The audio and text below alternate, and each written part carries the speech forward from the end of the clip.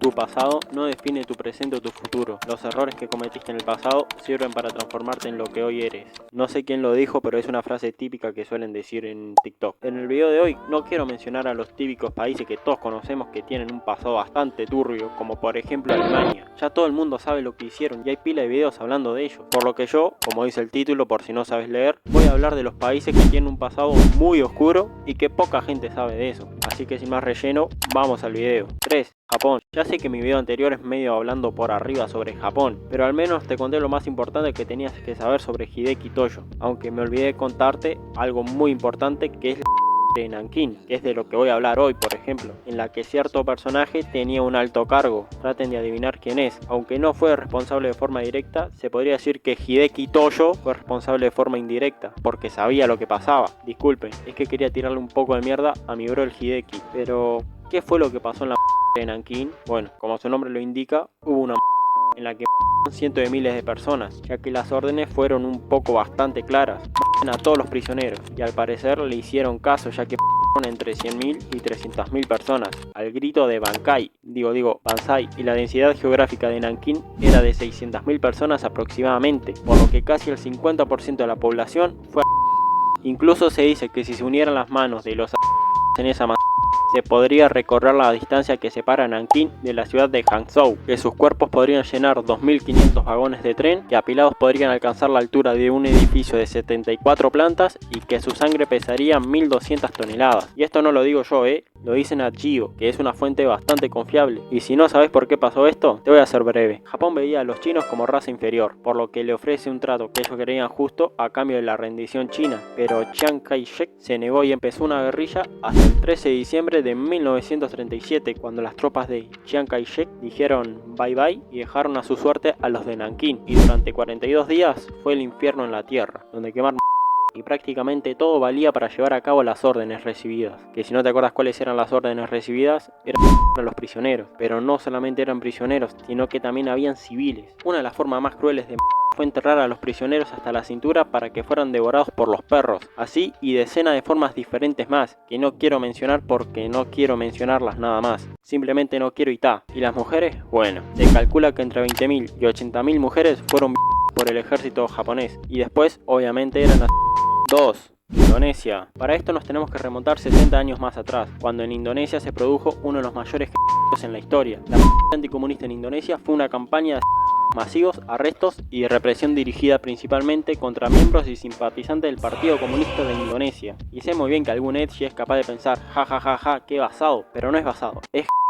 Y para ubicarnos un poco tenemos que saber que la Guerra Fría estaba en auge y Estados Unidos y sus aliados veían con alarma el crecimiento del comunismo en el sudeste asiático. Y a esto tenemos que sumarle un intento fallido de golpe de estado el 30 de septiembre que provocó la de varios generales indonesios, un teniente y la hija de 5 años de un general que escapó del secuestro. Y Suharto, o como se pronuncie, que incluso es comparado con Pinochet, culpó al Partido Comunista Indonesio, que era el más fuerte fuera de la URSS y la República Popular de China. Y Suharto, quien en ese momento era comandante del ejército de reserva, se fue en contra del Partido Comunista de Indonesia, contra la gente que apoyaba al Partido Comunista y también incluso contra gente que no tenía nada que ver.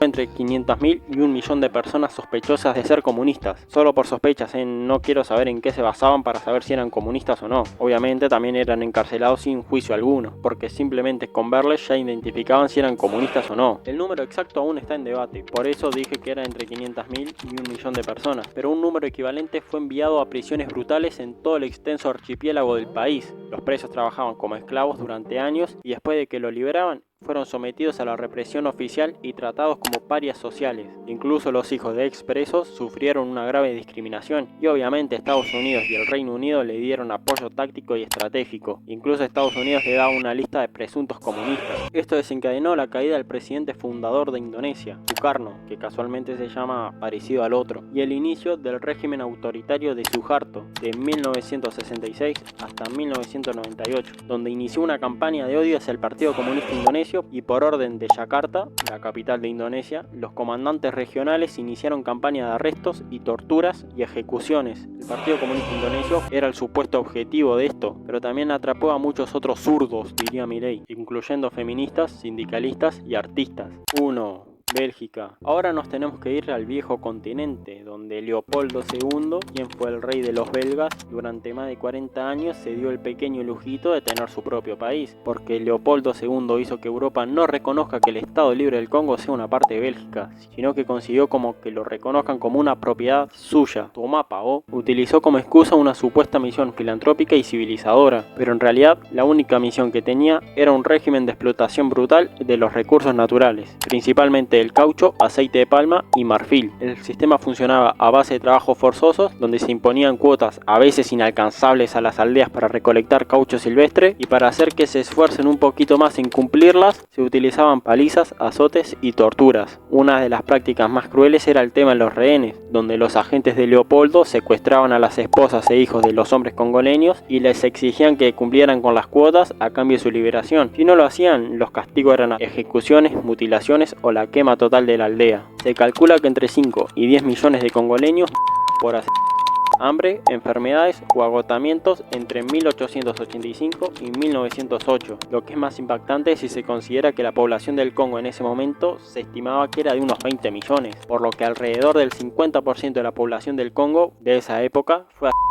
Todo esto duró hasta 1908, cuando el rey Leopoldo, luego de presión, le dio el control del Congo al Estado belga, que lo convirtió en una colonia oficial, que las condiciones solo mejoraron ligeramente. La estructura racista y explotadora perduró durante más décadas. Y si quieres seguir viendo mi contenido, te está apareciendo acá un video. Me ayudarías muchísimo suscribiéndote, dándole like, siguiéndome en IG y comentando, que estoy teniendo una crisis de ideas nefasta. Yo me despido, chau.